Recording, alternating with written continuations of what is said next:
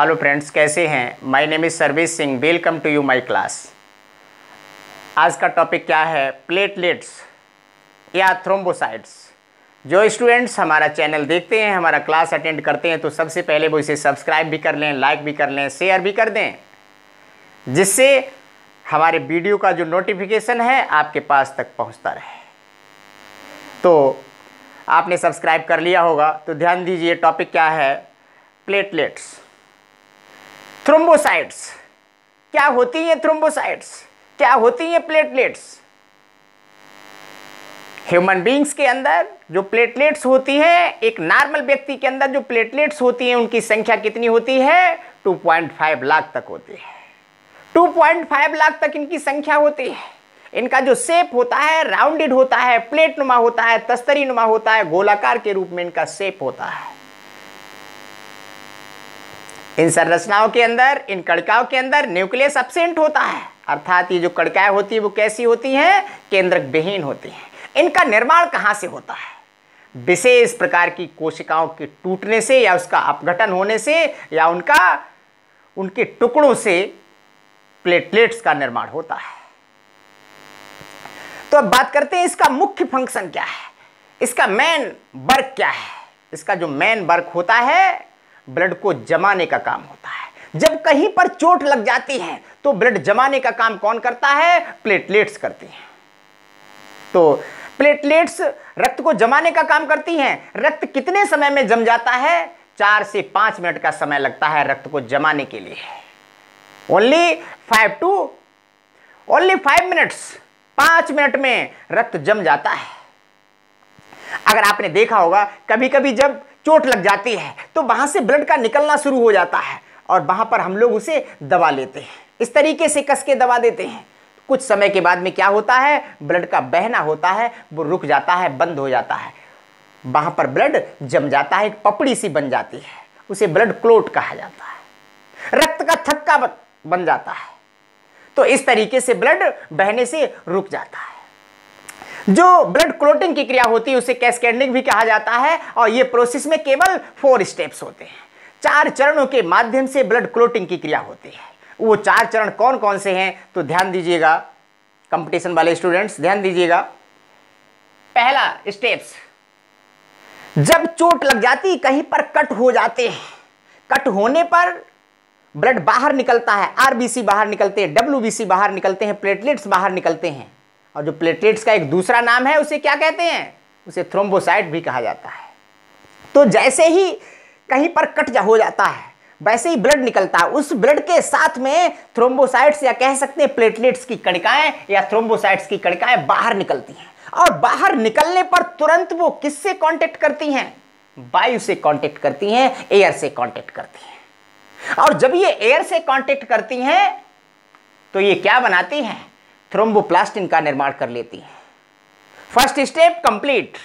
जैसे ही चोट लगती है, जैसे ही ब्लड निकलता है, उसके साथ में थ्रोम्बोसाइट्स की जो कणिकाएं होती हैं वायु के कांटेक्ट में आती हैं, वायु के संपर्क में आती हैं। वायु के संपर्क में आने पर ये किसका निर्माण करती हैं? थ्रोम्बोप्लास्टिन का निर्माण कर लेती हैं। और जब थ्रोम्बोप्लास्टिन बन जाता है, यहां पर फर्स्ट स्टेप कंप्लीट हो जाती है। अब जब थ्रोम्बोप्लास्टिन बन जाता है तो ये मित्रता करता है ब्लड के अंदर। किससे ये मित्रता करता है? ब्लड में कैल्शियम होता है। ब्लड में क्या होता है? कैल्शियम होता है। तुरंत कैल्शियम से मित्रता करता है। और मित्रता ये क्यों करता है? मित्रता ये इसलिए करता है कि बॉडी में कहीं पर कट लग चुका है, ब्लड बह रहा है, इसीलिए ब्लड को जमाने के लिए ये मित्रता कैल्शियम से कर लेता है। और जैसे ही कैल्शियम से मित्रता होती है इसकी, तो कैल्शियम से ये वर्क पूछता है, कैल्शियम से कहता है कि बॉडी में कहीं पर चोट लग चुकी है, उसको जमाना है। कैल्शियम क्या बोलता है कि मैं तेरी हेल्प कैसे कर सकता हूं? मैं तेरी हेल्प नहीं कर सकता हूं। तो थ्रोम्बोप्लास्टिन कहता है मेरे पास एक ऐसा प्रोटीन है जो अनएक्टिव है, जो सोती है, उसे जगाना है। ये दोनों मिलकर के कहां पहुंचते हैं? इस प्रोथ्रोम्बिन के पास पहुंचते हैं, जो सोती है इस प्रोटीन के पास पहुंचते हैं, जो अनएक्टिव होती है, निष्क्रिय होती है। और जैसे ही सोती हुई जो इस प्रोटीन के लिए या निष्क्रिय प्रोटीन के लिए जगा दिया जाता है, वैसे ये थ्रोम्बिन में चेंज हो जाती है। और जैसे ही थ्रोम्बिन में ये कन्वर्ट होती है वैसे ये कहती है कहां पर चोट लग चुकी है। ये तुरंत इसके लिए ये संकेत होता है, ये एक इंडिकेटर होता है। तुरंत ये समझ जाती है बॉडी के अंदर कहीं पर कट लग चुका है, बॉडी के अंदर कहीं पर ब्लड निकल रहा है, उसको जमाना है। तो ये चारों तरफ सर्च करती है बॉडी में कहां पर ये कट लग चुका है, कहां से ब्लड निकल रहा है, उसको तलाश करती है, ऐसी जगह को ढूंढती है। तो होता क्या है, तुरंत थ्रोम्बिन किससे संपर्क करता है, फाइब्रिनोजन से संपर्क करता है। ये सेकेंड स्टेप कंप्लीट। तुरंत ये किससे कांटेक्ट करता है, फाइब्रिनोजन से कांटेक्ट करता है। या कह सकते हैं थ्रोम्बिन फाइब्रिनोजन के लिए जगाता है, उठ जा भाई, कहीं चोट लग चुकी है, ब्लड को जमाना है। तो ये तुरंत इसे जगा देता है। जब ये फाइब्रिनोजन जग जाता है या एक्टिव हो जाता है तो ये क्या बना लेता है, फाइब्रिन का निर्माण कर लेता है। ये जग जाता है तो ये फाइब्रिन कहलाता है, सोता है तो ये फाइब्रिनोजन कहलाता है। या कह सकते हैं अनएक्टिव होता है तो फाइब्रिनोजन कहलाता है, और जो सक्रिय हो जाता है, एक्टिव हो जाता है तो इसे फाइब्रिन कहते हैं। और जब ये जग जाता है, एक्टिव हो जाता है, तो ये सोचता है कहां पर कट चुका है, कहां से ब्लड निकल रहा है।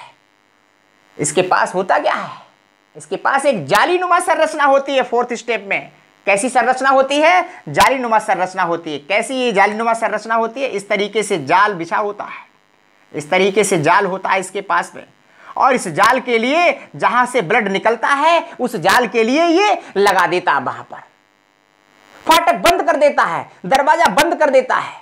होता क्या है, आरबीसी, डब्ल्यूबीसी, प्लेटलेट्स जितने भी निकलते हैं सारे इसके अंदर फंस जाते हैं, यानी बाहर नहीं निकल पाते हैं। ऐसी कंडीशन में होता क्या है, ब्लड क्लोट हो जाता है, ब्लड जम जाता है वहां पर। और जब वहां पर ब्लड जम जाता है तो ब्लड बाहर नहीं निकल पाएगा, पपड़ी बन जाती है उसके ऊपर।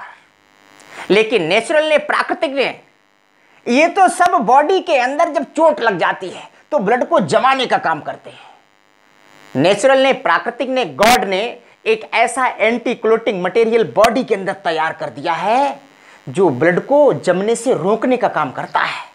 और वो कहां से साबित होता है, उसका नाम क्या है, उसका नाम क्या है, उसे हेपेरिन के नाम से जाना जाता है। बॉडी के अंदर जो हेपेरिन होता है, क्या बोलते हैं उसे, हेपेरिन। ये क्या करता है हेपेरिन, ये हेपेरिन बॉडी के अंदर ब्लड को जमने से रोकने का काम करता है। लेकिन तब रोकता है, ये हेपेरिन इन सभी के ऊपर भारी पड़ जाता है, इतना पावरफुल होता है। लेकिन ये पावरफुल तभी होता है जब तक इसे ऑक्सीजन या जब तक इसे वायु नहीं मिलती है, तब तक ये पावरफुल होता है। और जैसे ही इसे ऑक्सीजन कहीं मिल जाती है तो ये वहां पर मर जाता है, ये काम करना बंद कर देता है, ये फिर सोना शुरू कर देता है, सो जाता है। तो कंडीशन क्या होती है, आपने देखा होगा जब कोई पेशेंट ऐसे होते हैं जिसके चोट लग जाती है, लगातार बहता है, तो ऐसी कंडीशन में होता क्या है, ये सब ब्लड को जमा देते हैं। और जब बॉडी के अंदर ब्लड होता है तो हेपेरिन ब्लड को जमने नहीं देता है, इनसे कहता है अगर तुमने किसी ने ब्लड जमा दिया तो हमसे खराब कोई नहीं होगा। तो ये ब्लड को नहीं जमा पाते हैं, अर्थात ब्लड को जमने से रोकने का काम कौन करता है, हेपेरिन करता है। अगर मान लीजिए ब्लड कहीं पर अगर जम गया, ब्लड जम गया तो क्या होगा, ब्लड का बहने का जो रास्ता होगा वो क्लोज हो जाएगा, बंद हो जाएगा। और जब रास्ता बंद हो जाएगा, नसें बंद हो जाएंगी, ब्लॉक हो जाएंगी, रुधिर वाहिनियां ब्लॉक हो जाएंगी, तो क्या होगा, ब्लड इतनी स्पीड से जाता है, ब्लड इतनी स्पीड से जाता है, कितनी स्पीड से ब्लड जाता है, 120 की स्पीड से जाता है और 80 की स्पीड से वापस आता है। 120 जाएगा, 80 से वापस आएगा। जब इतनी स्पीड से ब्लड जाएगा तो क्या होगा, आगे का रास्ता ब्लॉक है, बंद हो चुका है, तो क्या होगा, ऐसी कंडीशन में रुधिर वाहिनियां फट जाएंगी, रुधिर वाहिनियां फट जाएंगी। ऐसी कंडीशन में पेशेंट की डेथ 100% हो जाएगी। इसी तरीके से मान लीजिए अगर ब्रेन के अंदर कहीं ब्लड क्लॉट हो गया तो क्या होगा, ब्रेन की तो जो नसें होती है इतनी सूक्ष्म होती है, इतनी पतली होती है, इतनी हल्की होती हैं कि अगर ब्रेन के अंदर ब्लड जम गया तो ब्रेन हेमरेज रोग हो जाएगा, ब्लड का सर्कुलेशन बंद हो जाएगा ब्रेन के अंदर, ब्रेन हेमरेज हो जाएगा। ऐसी कंडीशन में पेशेंट की डेथ 100% हो जाएगी, 100% हो जाएगी। तो होता क्या है, आपने देखा होगा कभी कभी डॉक्टर जब इंजेक्शन लगाते हैं तो इस तरीके से सिरंज से एयर निकालते हैं, इस तरीके से एयर निकालते हैं। अगर मान लीजिए एयर वो ना निकालें तो क्या होगा, सीधा सीधा इंजेक्शन लगा दे तो क्या होगा, एयर अंदर फंस जाएगी, एयर अंदर चली जाएगी, और जब एयर अंदर चली जाएगी तो वहां का जो हेपेरिन होगा वो मर जाएगा, और हेपेरिन जब मर जाएगा या अनएक्टिव हो जाएगा तो क्या होगा, ब्लड वहां पर ये सब मिलकर के जमा देंगे। क्यों? इनका ये काम है ब्लड को जमाना, तो ये अपना काम खट से कर देंगे। हेपेरिन क्यों मर जाएगा, हेपेरिन नष्ट हो जाएगा या हेपेरिन अनएक्टिव हो जाएगा तो वहां पर ब्लड जम जाएगा, यानी रक्त का थक्का बन जाएगा यहां पर। तो क्या होगा, दर्द होगा। क्या होगा, दर्द होगा। इसी तरीके से डॉक्टर जब ग्लूकोज की बोतल चढ़ाते हैं पेशेंट के अंदर तो वो थोड़ा ग्लूकोज रह जाता है तो उसे बोतल के लिए बंद कर देते हैं। वो क्यों बंद कर देते हैं? वो इसीलिए बंद कर देते हैं कहीं एयर ना कहीं बॉडी के अंदर चली जाए, कहीं अगर एयर चली गई तो वहां पर हेपेरिन अनएक्टिव हो जाएगा, मर जाएगा कह सकते हैं। ऐसी कंडीशन में वो ब्लड के लिए वहां पर क्लोट कर देंगे ये सारे मिलकर के। कंडीशन क्या हो जाएगी, पेशेंट के दर्द होगा, ब्लड जम जाएगा तो दर्द होगा, ब्लड वाहिनियां ब्लॉक हो जाएंगी। आपने कभी कभी देखा होगा कि विटामिन, अब इसमें बात करते हैं इस तरीके से ये 4 स्टेप्स के माध्यम से कितना वक्त लगता है, इसे 4 से 5 मिनट के अंदर ये ब्लड क्लोटिंग की क्रिया हो जाती है, कंप्लीट हो जाती है। आपने सुना होगा कि विटामिन के का रोल क्या होता है। विटामिन के का रोल क्या होता है? विटामिन के ब्लड को जमाने में ये भाग लेती है। कैसे भाग लेती है विटामिन के? ये विटामिन के क्या करता है, पोषक पदार्थों के साथ में हम लोग विटामिन के लिए यूज करते हैं, और जब ये विटामिन लीवर के अंदर पहुंचती है तो लीवर के माध्यम से किसका निर्माण होता है, थ्रोम्बोप्लास्टिन का निर्माण होता है। और थ्रोम्बोप्लास्टिन क्या करती है, प्रोथ्रोम्बिन का निर्माण कर लेती है। लेकिन जब विटामिन के की कमी हो जाएगी बॉडी के अंदर तो थ्रोम्बोप्लास्टिन का निर्माण नहीं होगा, और जब थ्रोम्बोप्लास्टिन का निर्माण नहीं होगा तो क्या होगा, ऐसे पेशेंट के यदि कभी चोट लग जाती है तो निरंतर लगातार ब्लड बहता रहता है। अब यही पेशेंट के अंदर हीमोफीलिया रोग कहलाता है। अगर बात करते हैं हीमोफीलिया रोग सबसे पहले किस में देखा गया था, इसकी उत्पत्ति के बारे में कहां पता चला था? इसकी उत्पत्ति के बारे में महारानी विक्टोरिया की जनरेशन के अंदर देखा गया था।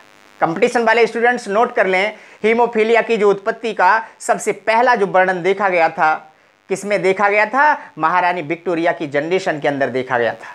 उनकी जनरेशन के अंदर हीमोफीलिया रोग था, जबकि ना तो महारानी के लिए ये रोग था और ना ही उनके हस्बैंड के लिए रोग था, जबकि उनकी जनरेशन के अंदर ये रोग आ चुका था। तो इससे एक आकलन लगाया गया था कहीं न कहीं इनके पूर्वजों में या कहीं न कहीं इनके रिलेशन में ये रोग रहा होगा, जिससे इनके वंश के अंदर ये रोग आ गया है। इसीलिए हीमोफीलिया रोग के लिए क्या कहा जाता है, वंशागत रोग कहा जाता है।